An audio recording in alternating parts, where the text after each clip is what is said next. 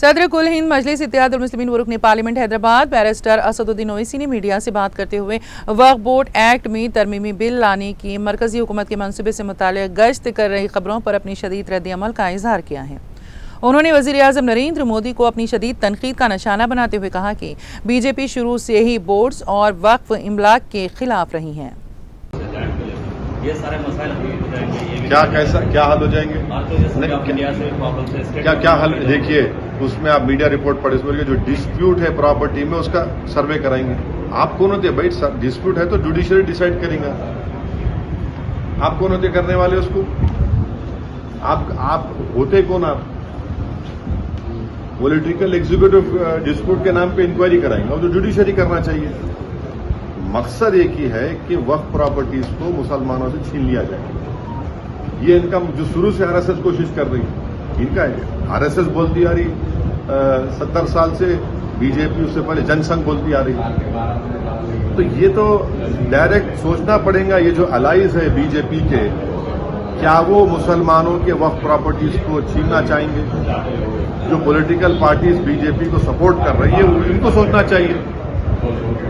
क्या होगा बिहार में? इमारत शरिया की जो जायदादें छीन लेंगे क्या? आंध्र प्रदेश में वक्फ प्रॉपर्टीज है, क्या करेंगे? छीन लेंगे क्या वो लोग? ये तो उनको सोचना चाहिए, लोग जो सपोर्ट कर रहे हैं बीजेपी को। मालूम ये हो रही है कि अब कोई कब्जा करके इंक्रोचर है तो वक्फ बोर्ड को पावर है, उसके पावर्स को अगर आप छीन लेंगे तो फिर पूरा ये तो लॉस होगा वक्फ प्रॉपर्टीज का। अच्छा, उसमें एक और मीडिया रिपोर्ट में बात आई है, amendment to the process of वक्फ बोर्ड। ये जो वाकिफ होता है वो अगर मेरी प्रॉपर्टी में बोलते हैं वक्फ बोर्ड में दे रहा हूं, मैं वक्फ कर वाकिफ हूं, मुतवल्ली मैं रहूंगा किसी और, वो आप बोल रहे वो भी नहीं रहेगा।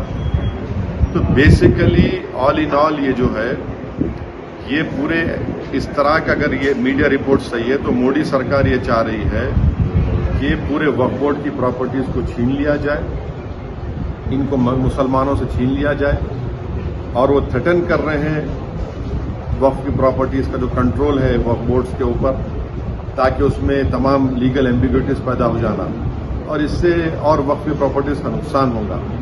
तो अब ये कंप्लीट सिस्टम को जब ये लोग अगर मीडिया रिपोर्ट्स सही है चेंज करना चाह रहे हैं, उसमें कुछ ये करना चाहे तो कोई भी आगे बढ़कर प्रॉपर्टीज को वक्फ नहीं करेगा। और आप देखेंगे कि कई मुसलमानों के मस्जिदें हैं, दरगाहें हैं, जहां पर हिंदुत्व की ऑर्गेनाइजेशन आरएसएस बोलती कि नहीं है वो। तो ये अमेंडमेंट्स लाने का मकसद एक ही है कि एक तो वक्फ प्रॉपर्टीज को छीन लिया जाए, दूसरा फ्रीडम ऑफ रिलीजन के खिलाफ काम कर रहे हैं, और डिस्प्यूट अगर है तो जुडिशरी डिसाइड करेगा, एग्जीक्यूटिव कैसा करेगा? तो ये चीजें हैं जिसका हम अपोज करते हैं सर। नहीं, ये हमारे एमएलएज अकबरुद्दीन ओवैसी साहब की लीडरशिप में हमारी पार्टी शुरू से कह रही थी कि हैदराबाद, साइबराबाद और रच्चाकोंडा एक बहुत बड़ा एरिया है और यहाँ पर बिजनेस एक्टिविटी होनी चाहिए और गवर्नमेंट एक फिक्स टाइम दे दे और लीगली करे। हम वेलकम करते जो डिसीजन चीफ मिनिस्टर लिए एमआईएम के रिप्रेजेंटेशन के ऊपर। इससे गैर जरूरी के तमाम जो एस्टैब्लिशमेंट्स हैं उनका हरासमेंट रुकेगा और सही तरीके से वो काम करके अच्छा कर सकेंगे। चलिए।